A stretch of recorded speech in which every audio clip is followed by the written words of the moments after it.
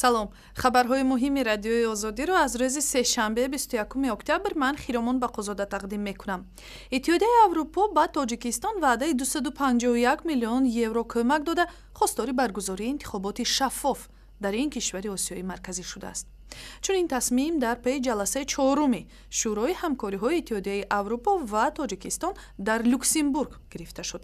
Иттиҳодияи Аврупо бори дигар ба зарурати тазмини интихоботҳои фарогир ва шаффоф ва таъмини як суботи сиёсии дарозмуддат дар Тоҷикистон таъкид кардааст. ҳайати Иттиҳодияи Аврупоро дар ин ҷаласа Бенедетто делла Ведова, котиби давлатии вазорати хориҷияи Итолиё ва ҳайати Тоҷикистонро вазири хориҷа Сироҷиддин Аслов раҳбарӣ мекарданд. имрӯз вазири хориҷаи Тоҷикистон бо мақомоти аршади аврупоӣ Дидор гуфтугӯҳо мекунад. 12 созмони ҷамъиятӣ ва ҳомии ҳуқуқ дар Осиёи Марказӣ дар як изҳороти муштарак маҳдуд кардани сомонаҳои интернетӣ дар Тоҷикистонро маҳкум карда, аз мақомоти ин кишвар хостанд дастрасии бидуни маҳдудияти мардумро ба интернет таъмин кунанд. муаллифон таъкид карданд, ки маҳдудият ба маънои нақзи ҳуқуқи инсон ва ҳам поймолкунии озодии баёну гирдиҳамоиҳо дар кишвар аст.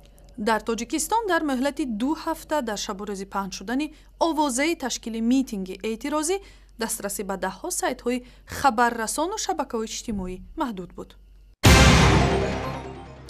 дар Душанбе синамобазм ё ҷашнвораи байналмилалии Дидор натиҷагирӣ шуд.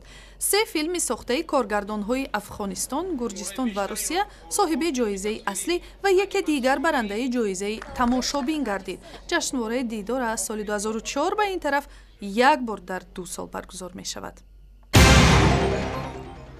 ва ҳоло як хабари нохуш аз кишвари Ҳинд.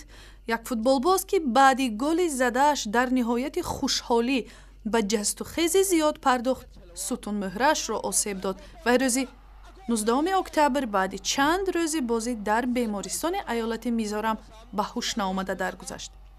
Питер Биаксангзуало 23 сол дошт ва дар ҳайати тими шанмарии маҳаллӣ бозӣ мекард. он рӯз тими шанмарӣ на танҳо футболбозашро аз даст дод, балки дар баробари рақибаш тими дигари миллӣ Бетлеҳем ноком шуд. ҳисоб шудааст, ки дар таърихи футболи ҷаҳон 66 ҳодисаи марг дар ҷараёни бозӣ ё дар натиҷаи ҷароҳат дар майдон рух додааст. ин навори видеоӣ ва ҳам хабару видеоҳои дигар дар сайти интернетии радиои озодӣ, саҳифаҳои мон дар шабакаҳои иҷтимоии фейсбук, твиттер, ютуб ва ҳам замимаи радиои озодӣ барои телефони ҳамроҳ.